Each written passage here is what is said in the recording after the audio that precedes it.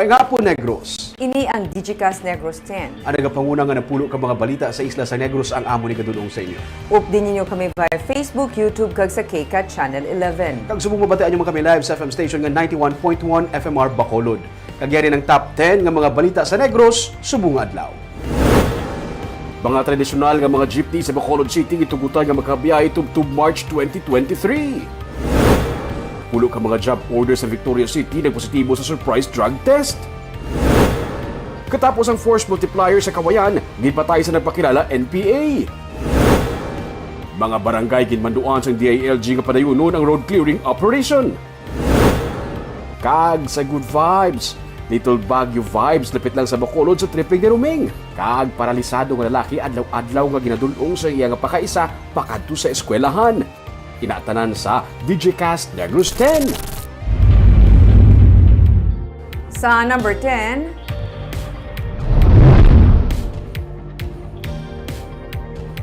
padayon buwas Sabado ang pagpanagtag sang educational assistance sa DSWD. Pero ginasulit sa DSWD nga wala sila sang atubangon nga walk-in clients.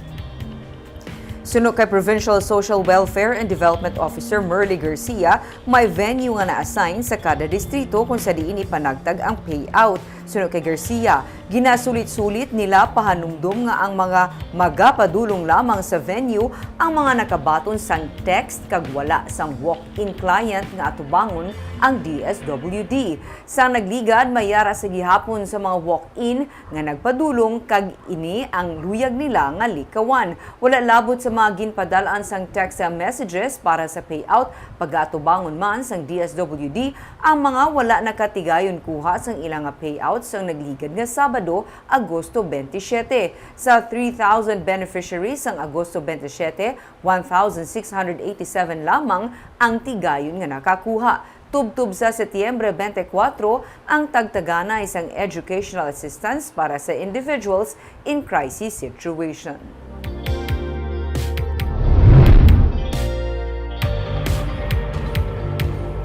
Sa number 9, isa ka semana nga magabukas ang mga booth sa Panaad sa bulan sa Oktubre.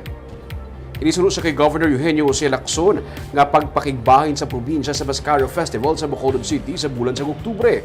Parayon ang pagtalakay sinipagi sa Negros Association of Chief Executives. Sini lamang nagsapol si Bacolod Mayor Albi Benitez, Ace President kag Victorious Mayor Javier Miguel Benitez, Provincial Administrator Fernando Diaz kaupod ang yuhum team para sa ukon sa maskara sa Panaad. Sunod sa kay Lacson, sa ikatatlo nga semana sa Oktubre nakaschedule ang pagbukas sa mga LGU booth sa Panaad. Damlag pa, ginsiling na sa gobernador nga labing excited ang mga LGU para sa ginapaabot nga okasyon. That we will have 1 week in Panaad. No? So,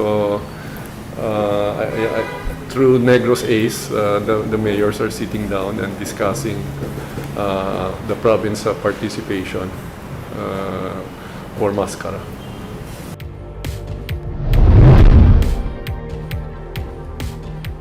Sa number 8, 200 ka mga school age nga kabataan sa syudad sang Himamaylan ang magabenepisyo sa nutrition program sa idalom sang Angat Bukas program. Suno kay Rafi Magno, ang Executive Director sang Angat Buhay program, ang Himamaylan ang pilot area nila sa probinsya kung sa diin ang 200 ka mga school age nga kabataan nga mga undernourished ang ipaidalom sa 6 ka bulan nga feeding program sa tinutuyo nga magbalik ang ila ikaayong lawas. Suno kay Magno, ang Himamaylan nangyara sa top 3 sa probinsya nga may pinakamataas nga kaso sa wasted kag severely wasted nga kabataan. Nagapangunang Bacolod kag nagasunod ang San Carlos City. Partner sa among nga programa ang Philippine Business for Education, Philippine Business for Social Progress kag Negrense Volunteers for Change Foundation. Suno kay Magno, ang mga partners hindi lamang ang nagabulig padalagan sa programa kundi nagahatag man sang resources. Sa Himamaylan na lunsar naman ang mga community learning hubs nga nagatuyo man sapat sa literacy concerns sa mga kabataan nga naapektuhan pagid sang pandemic. Ang Convergence Program ang ginpresent kay Negros Occidental Governor Eugenio Jose Lacson nga labing nag-abi-abi sa among tikang para sa mga kabataan. So initially po, we'll target 200 kids per city. that will be enrolled in our nutrition program po. And these are undernourished children? Yes po, falling under severely wasted and wasted children po. So you hope to get them properly nourished in 6 months? Yes po. And the other programs are?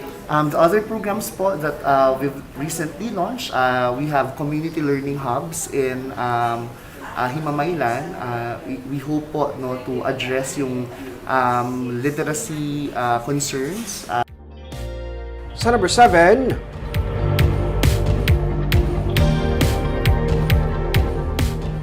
mga barangay tanod sa Barangay Takuling sa Bacolod gipaidalom sa Regional Evaluation kag Assessment. May report si Nico Delfin.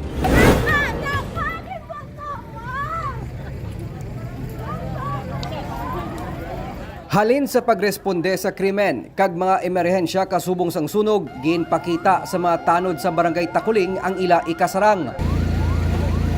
Ang simulation drill kabahin sa Regional Evaluation and Assessment sa Department of the Interior and Local Government, Regional Office 6 sa pagpasiguro sang kapasidad sa mga tanod. Pero more or less, sa atong mga tanod, really is a big help. Force multiplier, gisaya sang aton nga is an order agencies. Kung wala ang tanod, budlayan kita ya sa barangay. Sila gid ang first line of defense, kumbaga. First line of response. Nagapati man si Barangay Takuling punong Barangay Lady Glass Gonzales Palian nga magluwas sa ginalauman nga kadalagan sa Regional Search for Best Barangay Tanod, pamaagi man ini agod mas mapasanyog nila ang serbisyo sa barangay. Nakita man nato ng effort nila during the pandemic and during the daily jobs sa tanod.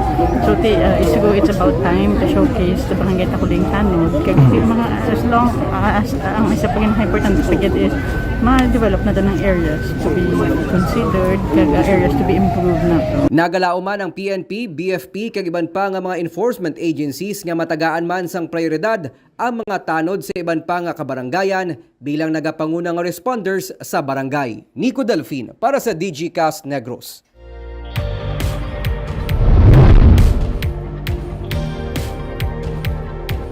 Sa number 6, bangkay sang na-missing nga iloy sa Barangay Maaw sa siyudad sang Bago ang nakit-an na. Nasapuan kahapon ang bangkay sang iloy matapos ang 3 ka adlaw nga retrieval operations sang iya sini gintinguhaan kun tani buligan ng iya anak nga naanod sa suba sang Lunes. Kahapon sang hapon nakita sang isa ka residente ang bangkay sang iloy nga si Mayra Gargaseran sa kilid lang sang suba, mga 16 kilometros gikan sa Ilabalay kung sa diin natabo ang insidente. Sang Lunes, naanod sa suba ang iya 11 anyos nga anak matapos nga naglagas sa naanod niya nga tsinelas. Luwason siya kung tani sang iya iloy, apang pati siya ang naanod man sang makusog nga daludo sang tubig. Napatay man ang 11 anyos bangod sang pagkalumos.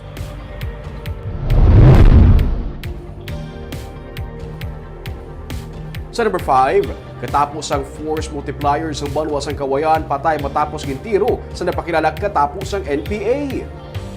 Patay 53 anyos si Jimmy Kalibho matapos inigintiro sa sulod mismo sang iyang puloy-an kagabi sa barangay poblasyon sa banwa sang Kawayan. Sunod sa PNP, nagalantaw sang TV ang biktima sang gulpi na lang nagsulod ang armado nga sospek kagintiro sang 2 ka beses si Kalibho. Nakita pa sang iyang anak kag misis ang pagpaniro. Nagpakilala man ang NPA sulod sa pulis nga sospek kag nagsiling nga siya ang may balikan pa. May 3 man ka mga lookout nga upod ang sospek sulod sa pulis. Ginausisa pa karon sa Kawayan PNP kung bala insurgency related ang pagpaniro o kung may kaangtanan man sa trabaho sa biktima nga kabahin sa peacemaker nga grupo nga force multiplier sa banwa sang Kawayan. Ginkondinar naman sa Negros Occidental Police Provincial Office ang pagpatay kay Kalibho.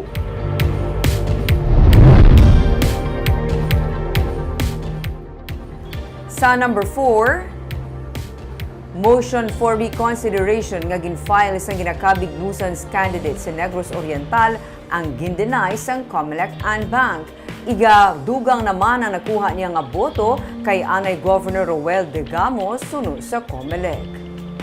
Nagpagwa na sang ruling ang Commission on Elections and Banks sa motion for reconsideration sang kandidato sa pagkagobernador sa Negros Oriental nga si Grego Gaudia nga nagdala sa ngalan nga Ruel Degamo angot naman sa resolution sang COMELEC 2nd Division nga nagakabig sa iya bilang isa ka nuisance candidate.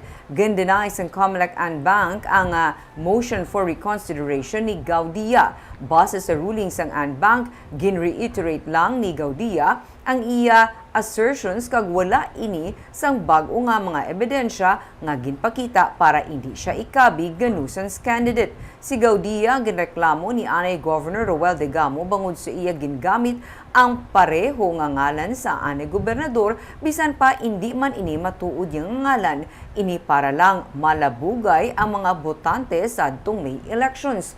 Siya ang suno sa anay gobernador, wala man sa ikasarang para magpadalagan kag iya ginaalegar, gingamit lang ini sang iya kasumpong sa politika. Ini ang nangin basehan man sa ruling sang COMELEC 2nd Division para ikabig nga nuisance candidate si Gaudia. Ginpahayag man sang COMELEC and Bank nga ang boto nga nakuha ni Gaudia ang makadto kay Degamo. Kung sumahon ang boto sang duha, si Degamo amo ang nagdaog sa eleksyon. Kontra sa nagapungko na sa karon nga gobernador sang probinsya nga si Governor Henry Bride Teves.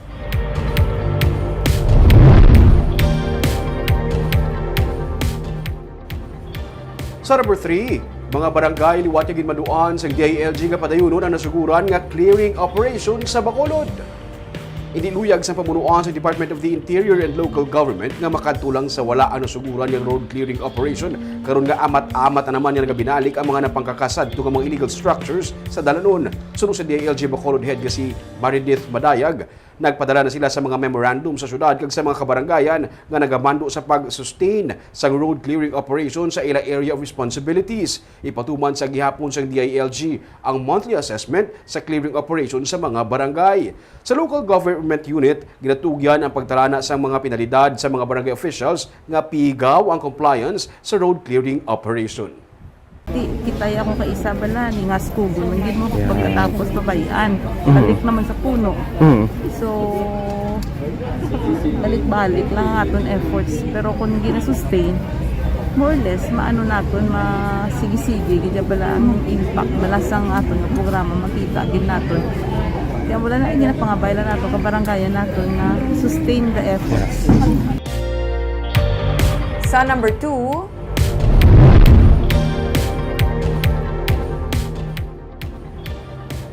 napulo ka mga empleyado sa Victoria City Government nagpositibo sa drug test. Sa 1,106 ka mga empleyado kag opisyal sa Victoria City nga ginpaidalom sa surprise drug test, napulo ang nagpositibo. Siyam ang nagpositibo sa methamphetamine o shabu kag isa naman ang nagpositibo sa marijuana. Tanan nga mga nagpositibo mga job order workers nga natalana magtapos ang mga kontrata sa katapusan sang Setyembre. Sunod kay Mayor Javi Benitez, hindi na pag-i-renew ang kontrata sa mga nagpositibo. Kung luyag nila magpa-rehab, ang syudad ang magagasto para sa ilang rehabilitation. Ginpatigay ng drug testing sang Agosto 30 matapos ang long weekend sa tuyo ni Benitez para sa maayo nga panghimanwa kag himuon nga drug-free public servants ang mga nagatrabaho sa syudad. Kag sa numero 1 sa mga balita, subong adlaw.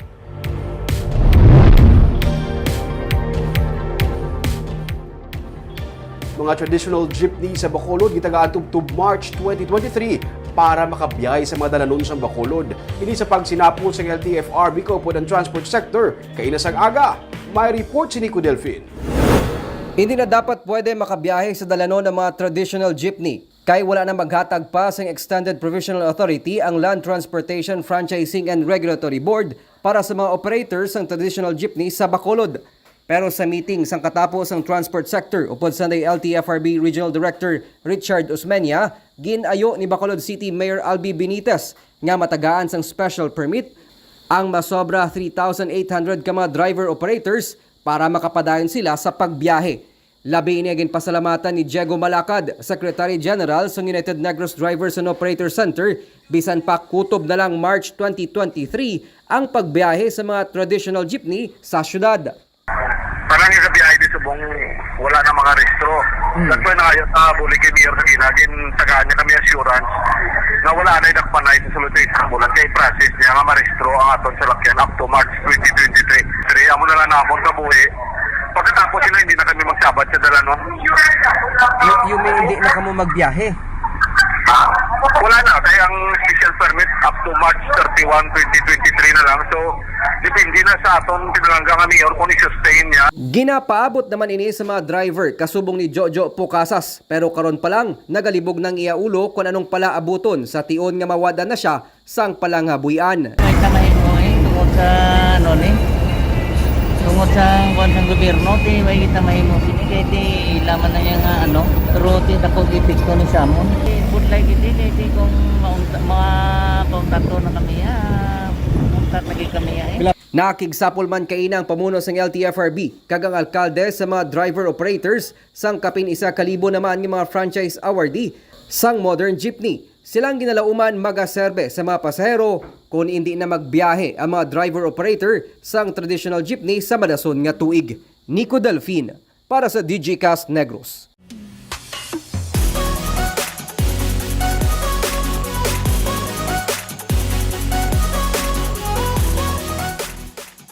Kaagyari naman ang pagpa-good vibes namon sa inyong sininga weekend. Little Baguio feels ang lugar pero lapit lang sa Bacolod. Hindi mabudlay magbiyahe. Pwede mga riders, pwede man sa bikers, senior citizens kag kabataan, pwede. Kung swertihon ka, nagakatabunan sa panganod ang lugar. Kung Vermonts, matugnaw, may infinity pool nga overlooking sa kabukiran. May daytime cottages kag may restaurant. Kag may higante nga Christ the Redeemer nga estatwa. Katuan ta ni Boss sa tripping ni Ruming at 10 a.m.